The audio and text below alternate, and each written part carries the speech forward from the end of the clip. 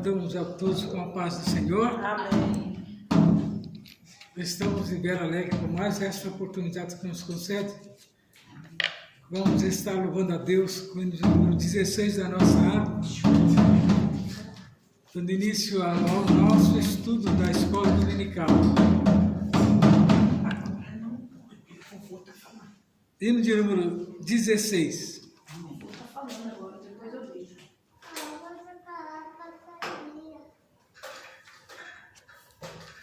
Posso ter as mãos vazias, com Jesus eu me encontrar. Nada fiz em vão os dias que Ele possa apresentar. Posso ter as mãos vazias, com Jesus eu me encontrar. Quantas almas poderia ao Senhor apresentar? Não mais temerei a morte, vencerei, por salvo estar. Qual será a minha sorte, se no céu fazer entrar? Posso ter as mãos vazias, com Jesus eu me encontrar. Quantas almas poderia ao Senhor apresentar? No celeste lar entrando, como irei ao Salvador? Quantas almas irei levando para meu fiel Senhor? Posso ter as mãos vazias, com Jesus eu me encontrar. Quantas almas poderia ao Senhor apresentar? Do pecado preso em erros, passeando em vão labor. Quem me dera reabri-los para servir ao meu Senhor. Posso ter as mãos vazias, com Jesus eu me encontrar. Quantas almas poderia ao Senhor apresentar? Despertemos, já é dia, trabalhemos com fervor, elevemos com alegria muitas almas ao Senhor. Posso ter as mãos vazias, com Jesus eu me encontrar. Quantas almas poderia ao Senhor apresentar? Graças a Deus, ainda louvamos a Deus. Hino de número 227 da nossa arte. 227. Deus amou de tal maneira este mundo sofredor, que a humanidade inteira deu seu Filho para Salvador. E agora nunca mais perece o que crê, mais vida eterna tem. Quem em Cristo permanece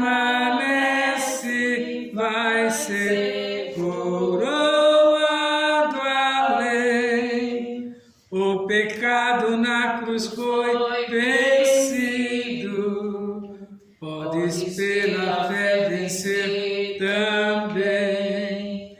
De justiça ser vestido e receberás coroa alegre. Prisioneiro do pecado, vai ser esperança ter. Mas Jesus foi enviado para a liberdade te trazer. E agora nunca mais perece, o que crê mais vida eterna tem. Quem em Cristo permanece vai ser coroado além.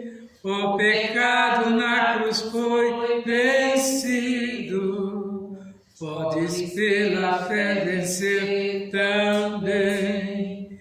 De justiça ser vestido e receberás coroa além.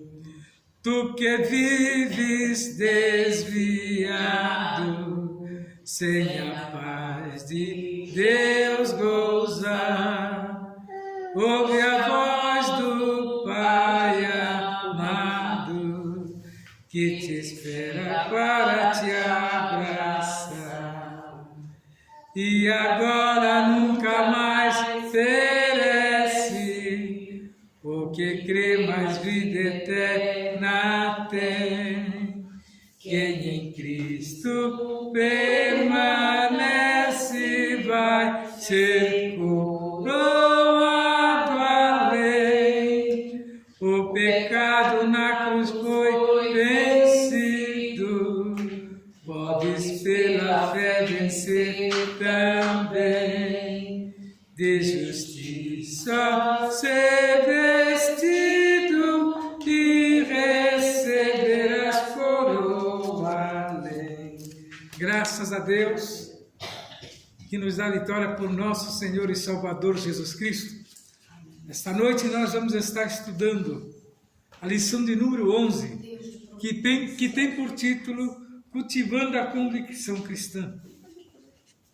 O textual nos diz: porque a nossa exortação não foi com engano, nem com imundícia, nem com fraudulência. Está lá em 1 Tessalonicenses, capítulo 2, versículo 3. E a verdade prática, o cultivo da convicção cristã é imperiosa para a prática e defesa da fé em tempo de adversidade. Então nós vemos que em 1 Tessalonicenses, do 1 ao 6, do 6 ao 10, traz o seguinte título, porque ministrando as boas novas no poder do Espírito para a salvação. E ainda em 2 Pedro 1,16 nos diz que o Evangelho não procede de fábulas para seduzir as pessoas com mentira. Como os ensinos progressistas têm nos dito que a Bíblia é uma alegoria. E nós sabemos muito bem que nós usamos o Evangelho e ele tem o poder de salvar vidas através dos Escritos. Mas, segundo os progressistas, isso não passa de histórias, né? De mentiras. A verdade está contida neles, né? Eles não são capazes nem de salvar suas próprias vidas, porque a eles não é dado poder algum ao homem. O Evangelho não procede de fábulas para seduzir as pessoas com mentiras. As falsas palavras lisonjas corrompem o coração dos simples. Então o salvo, lá em 1 Coríntios 1:29, diz que deve gloriar-se no Senhor e não em si próprio. Não devemos jamais achar que somos superior a alguém ou a algum, mesmo aquele que não tem entendimento e conhecimento, nós não somos superior. Nós simplesmente encontramos, né, E aquele também que está às vezes enganado, um dia encontrará também e se tornará uma pessoa como nós. Os problemas sociais como resultado do pecado, que eles têm falado muito, que a pessoa é pobre porque é pecador, não. Tem ricos, né? Tem paupero, tem mendigo, tudo professando a fé daquilo que lhes foi treinado e ensinado. Então, os problemas sociais, como resultado do pecado, é impossível. Mas os ensinos progressistas querem enfiar isso, né? Na mente das pessoas. Então nós vemos aqui uma consciência altruísta de não criar obstáculos para o Evangelho. Paulo escreve lá em 1 Coríntios 9, 11 ou 12. Então, prezados irmãos, a palavra de Deus ela é clara, né? Na leitura bíblica em classe, em 1 Tessalonicenses, capítulo 2, do 1 ao 12, nós vamos estar estudando agora a leitura da palavra de Deus. 1 Tessalonicenses,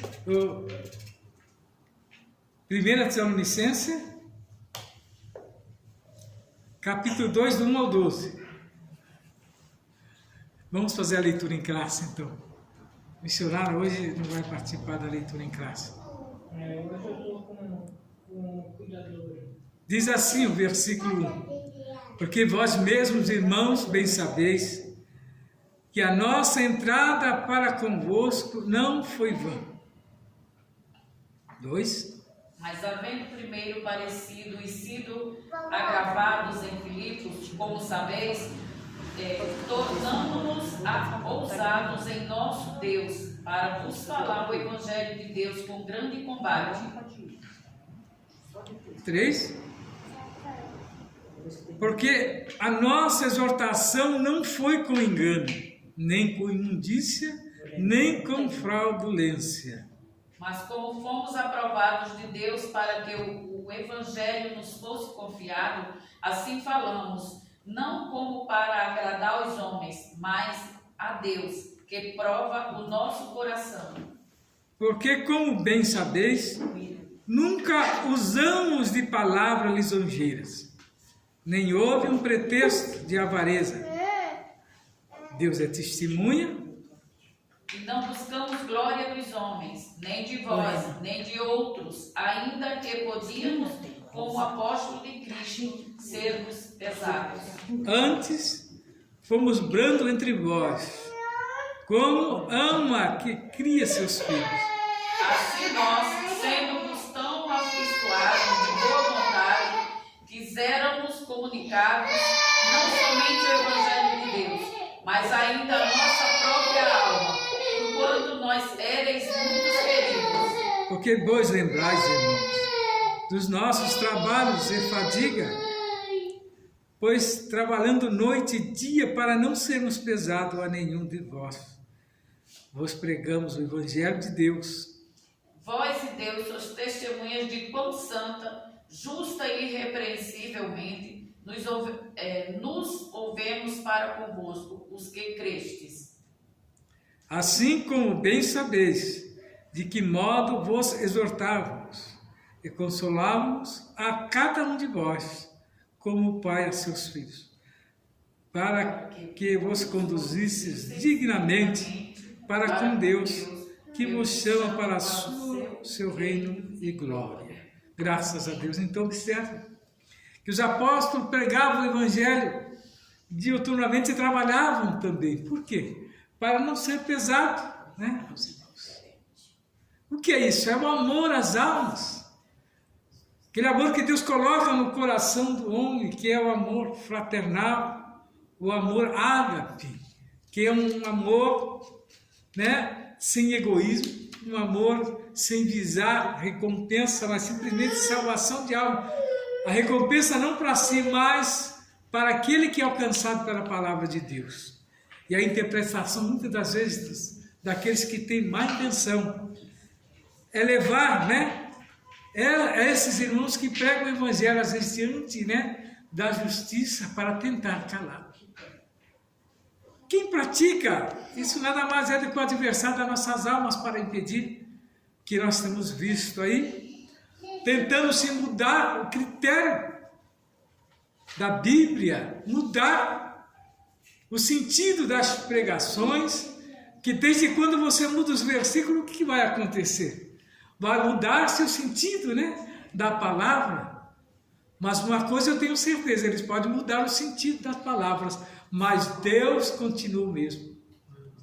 E aquele que lê a palavra de Deus com a intenção de falar das coisas de Deus, vai falar das coisas de Deus, que a transformação virá, mesmo que eles queiram mudar, mas o homem não tem poder de mudar o critério que Deus tem para com a humanidade. Está instituído, né? Lá na onisciência de Deus a salvação do homem. Está instituído lá na onisciência de Deus, né, o vencimento da igreja, que a morte vicária de Jesus não foi, né, simplesmente um conto, como muitos tentam, né? Coloca Jesus na cruz e deixa ele lá, todo desfalecido, né? Como se não tivesse poder, mas nós cremos num Jesus ressurreto. O livro relata que ele morreu, mas ao terceiro dia ressuscitou para a glória de Deus. E foi assunto ao céu, não antes de deixar uma promessa para os seus discípulos, que ele iria para o céu, mas deixaria o Consolador. Quem é esse Consolador? O Espírito Santo de Deus, que habita na igreja, a mandada do próprio Cristo, juntamente com Deus, que é o Pai, o Filho e o Espírito Santo. Essas três pessoas da Trindade são quem comanda a igreja do Senhor Jesus, cujo cabeça é Cristo. Por que ele é o cabeça da igreja? Porque ele nos comprou com o seu próprio sangue. Não por vontade própria dele, mas Deus assim o ordenou. Deus assim deu a ele, né? Incumbiu ele para que ele descesse a essa terra e se humanizasse, né? E vivesse entre nós, para adquirir os nossos costumes e ter as condições de salvar os que estávamos perdidos. Estávamos destituídos da glória de Deus, como fala em Romanos. Éramos praticamente, né, um jambuzeiro sem valor algum, um jambuzeiro bravo, como fala Paulo lá em Romanos. Mas ele nos enxertou, né, a videira verdadeira, nos dando vida, e vida com abundância. E hoje a igreja do Senhor Jesus, somos nós que fazemos parte deste corpo tão glorioso, ao qual muitos têm brincado, achando que não passa de brincadeira. Mas, meu prezado amigo da palavra de Deus, irmãos em Cristo, a leitura em classe hoje nos dá, né, esse parâmetro da pregação do Evangelho, mas de uma maneira, né, que nós não vamos repesar aos nossos irmãos, nem a própria igreja do Senhor Jesus. Mas o trabalhador da obra é digno do seu salário. O que quer dizer isso? Que nós devemos trabalhar sem visar lucros. Lucros que eu digo terreno, mas lá no céu sim. Que a cada alma que nós ganharmos para o Senhor, nós seremos naquele dia galardoados. Então veja bem que falar de convicção em tempos de relativismo é um convite para andar na contramão de uma cultura intelectual pela qual tudo é relativo. Os irmãos estão vendo? Estamos vivendo assim. Tudo é relativo, tudo é permitido, né? Tem um povinho aí que diz que não. Esse povinho somos nós. Aquele povo que serve a Cristo, então nós estamos na contramão. E é do mundo, viu? E é do mundo. O que vem a ser isso aí? Se você perceber bem, os sinais estão aí. É a preparação para o anticristo. Mas a igreja não pode se conformar com este mundo. Não pode se conformar. E de que maneira que nós vamos salvar este mundo? Pregando o Evangelho, né? mostrando Cristo ressurreto. É que ninguém pode ter certeza de nada. A dúvida é praticamente um dogma em muitos desses setores da sociedade. Por isso, que nós temos de hoje nesta lição a oportunidade de refletir a respeito da convicção cristã. Sim, a fé cristã, ela nos traz convicção profunda e uma coroação permeada de incerteza. Eu sei em quem tenho crido. O apóstolo fala em 1 Timóteo. Então nós vemos que o motivo de nós estarmos trazendo essa lição nesta noite é para estimular a convicção espiritual nos cristãos, nos irmãos, a partir da confiança em Deus. Então temos que compreender a necessidade de uma vida irrepreensível, de modo que glorificamos a Deus, reconhecer que o amor sacrificial e abnegado trabalho são essenciais para o crescimento do reino. O que nós devemos não nos cansar de falar das maravilhas, não nos cansar de trazer o conhecimento desta palavra. Então nós temos visto que diante das incertezas, muitos têm parado na caminhada. De que maneira? Têm sofrido incerteza da atuais dos ataques à doutrina bíblica. É indispensável ao crente cultivar uma profunda convicção cristã. Não cabe ao salvo esmorecer em meio às tribulação, mas prosseguir confiante pelo prêmio da soberana vocação, que é aquele que é alcançado pela palavra, é a semente que germinou, que muitos não entendem. Diante de tanto, de tantas coisas acontecendo, às vezes Deus escolhe aquele menos improvável. Observa, Paulo era perseguidor da igreja, perseguia, matava, em nome de Deus, arrastava velhos, crianças, adultos, jovens, todos que fossem contrários, recebia a ordem, ele ia lá e cumpria o pé da letra. E Deus disse que era um vaso escolhido por ele. Muitos duvidaram, mas como pode? Senhor, olha o que ele fez com o teu povo, com a tua igreja. Mas ele é um vaso escolhido. Diz que o sofrimento do apóstolo, em comparação com que ele perseguiu a igreja, ele diz que ainda era mínimo e pouco. Ele tinha que padecer mais. E ele carregava as marcas de Cristo sobre ele. Ensinou, que você pode estar do outro lado, mas quando você encontra Jesus, há transformação. Glória a Deus. Muda o sentido, até o seu caráter muda. Ele diz que Deus não mexe no caráter do camarada, mas mexe sim. Se não mexer, ele vai continuar fazendo algumas práticas. Então Deus mexe porque ele transforma o mais vil pecador. Ele dá ao homem uma linguagem nova, Glória a Deus. Dá sonhos novos, dá esperança nova. E agora ele vai se tornar simplesmente um sofredor por esta obra, E vai ter convicção. E a modernidade não vai afetar a sua vida, porque ele tem convicção em quem é. E o apóstolo é um desses. Não me envergonhe do Evangelho de Cristo, porque é o poder de Deus. Esse é o sentido da pregação do Evangelho, E a convicção espiritual que temos que ter, que nós somos chamados para uma grande obra,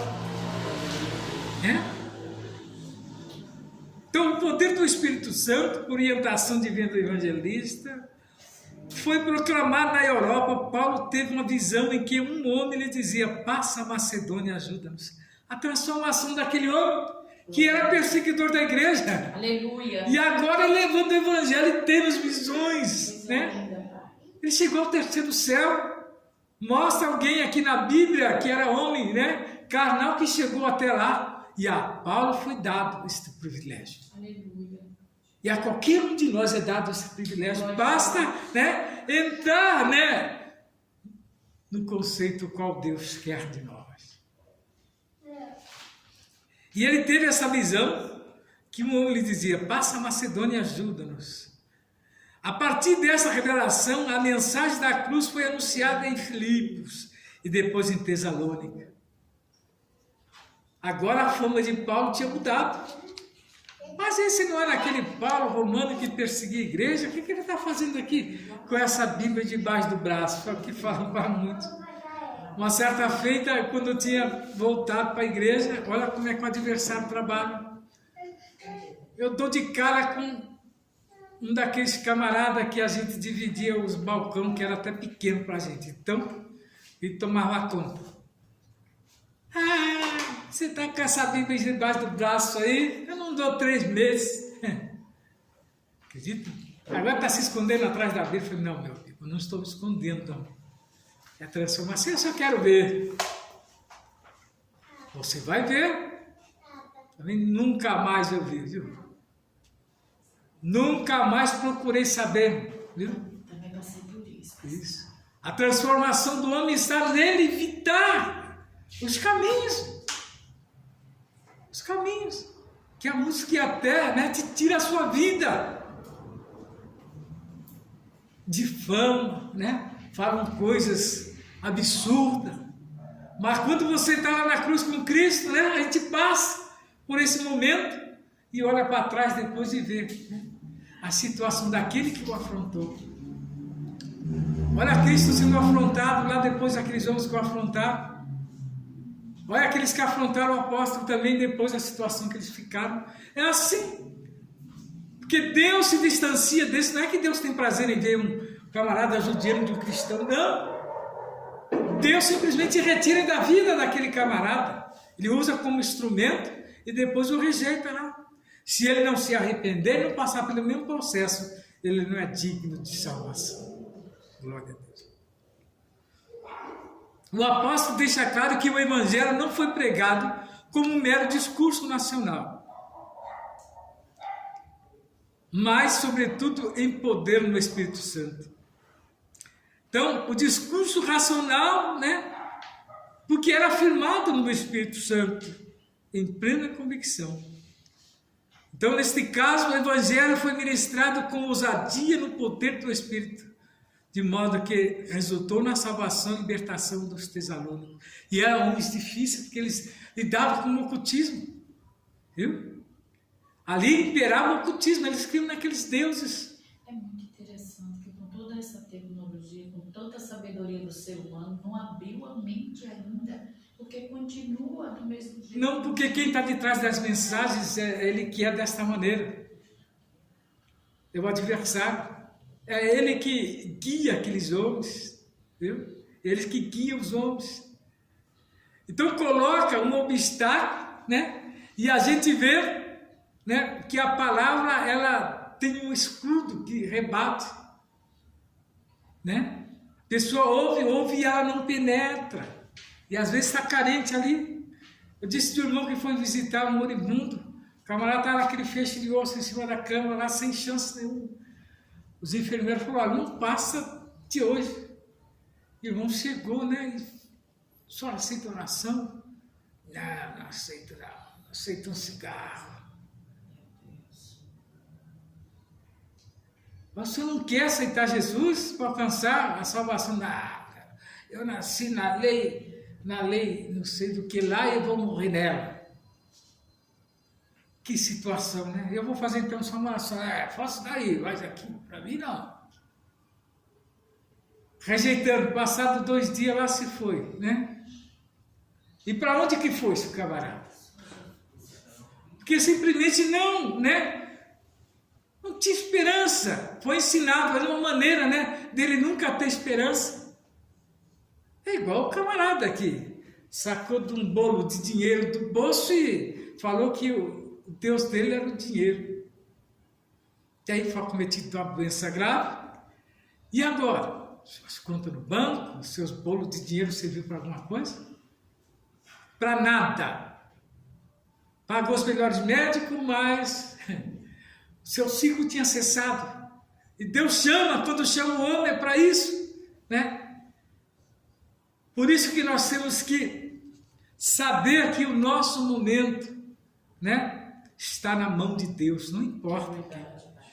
Todo ser humano, todo homem, está na mão de Deus o seu tempo. Glória a Deus, aleluia.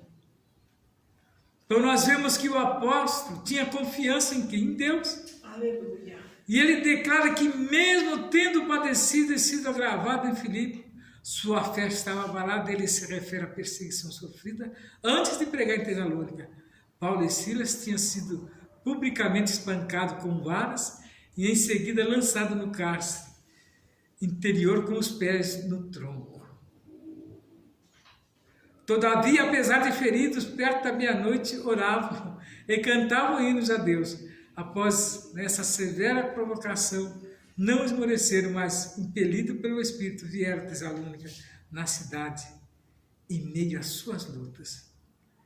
E pregou o Evangelho com ousadia e anunciaram a Cristo. Nessa perspectiva, nós somos encorajados a não desfalecer. E às vezes, hoje, o crente sofre uma ameaça, não vou sair não, e se enfia debaixo da cama lá e esquece toda a sua convicção. É o que eles querem.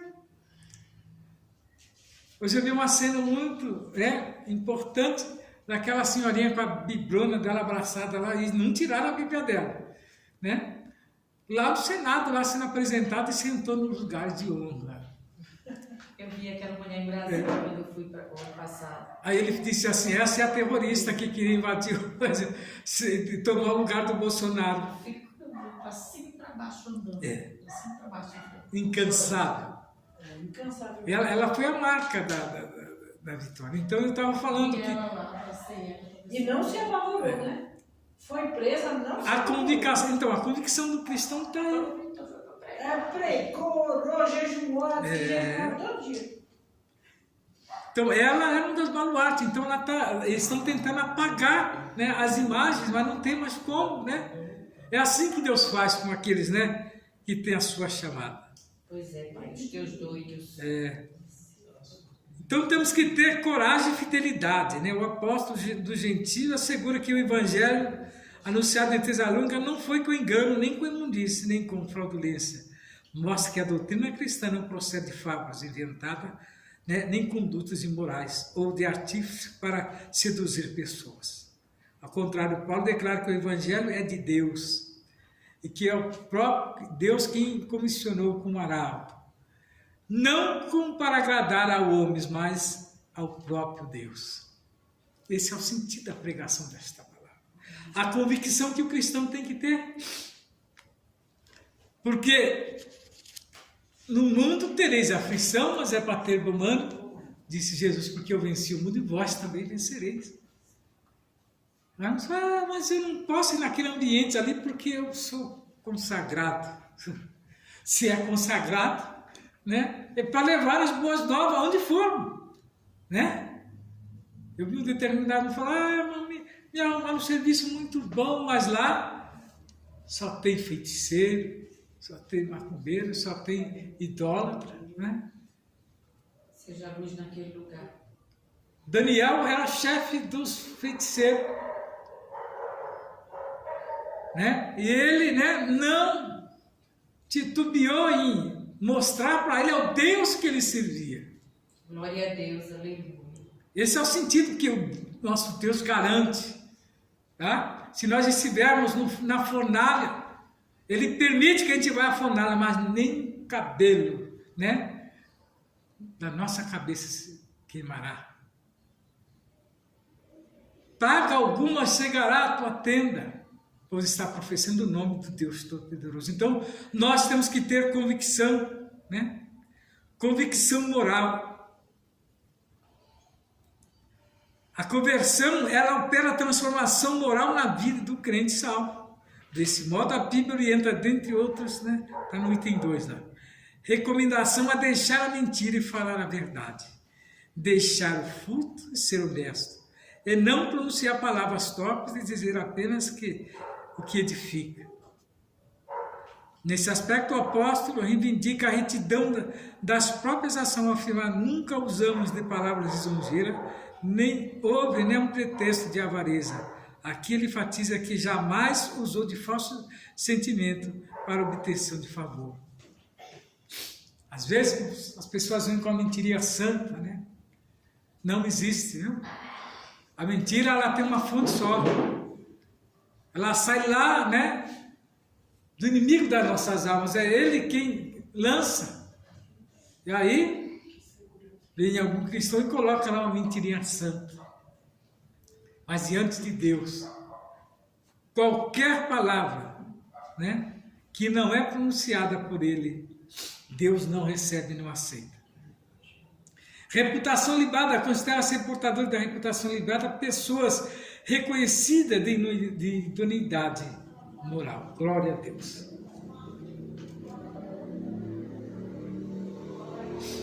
Então nós devemos viver de uma maneira que traga atenção positiva à honra a Deus. Devemos sempre examinar a nós mesmos para assegurar que a nossa vida seja digna de nos identificar com Cristo, representar o seu caráter e transmitir a sua mensagem a outras pessoas. Só seremos capazes de fazer isso confiando na graça e no poder de Deus.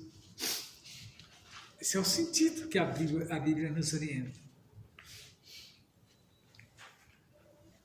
O crente regenerado possui uma conduta de retidão e uma vida irrepreensível. O bem-estar comum alcança o homem em sua necessidade física e espiritual. Não por acaso a Bíblia fornece instruções para o bem-estar espiritual e social dos seres humanos. O papel da igreja é de proclamar o Evangelho e aliviar o sofrimento, promovendo o bem-estar social entre os irmãos. Abacuque registra que o problema social de sua época resultavam do pecado, tais como inversão de valores, violência e injustiça. Um exemplo para os nossos dias, né? Inversão de valores que nós estamos vendo. Pegando aquele que professa o nome de Cristo, de Deus, né? E colocando na prisão, na cadeia. Aí separa as mensagens, né? E diz que aquelas mensagens, ela é improveniente para se falar em determinados movimentos. Mas Deus continua fiel, vendo, né, aqueles que vão vencer este momento tão difícil. Então o apóstolo se dedicou com profundo altruísmo na propagação do Evangelho. Quer dizer, ele não tinha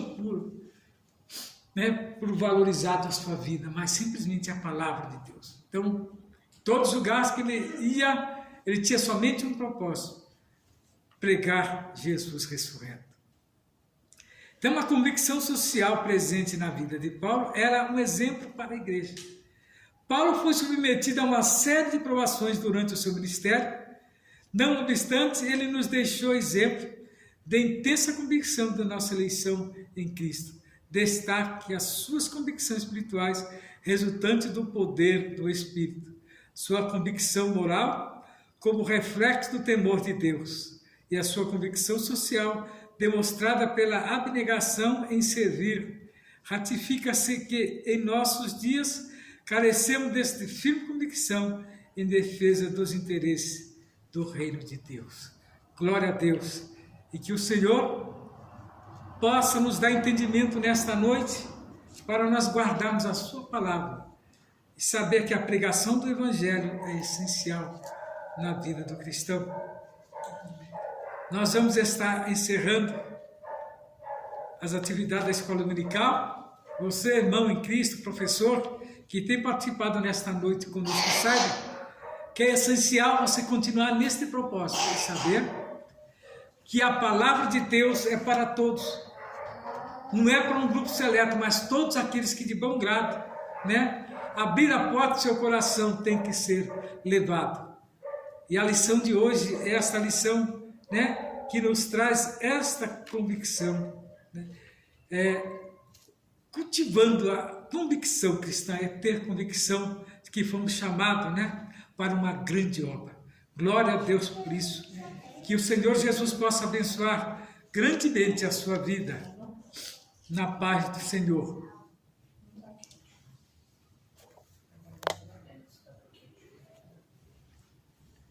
Vamos estar fazendo a leitura da palavra de Deus para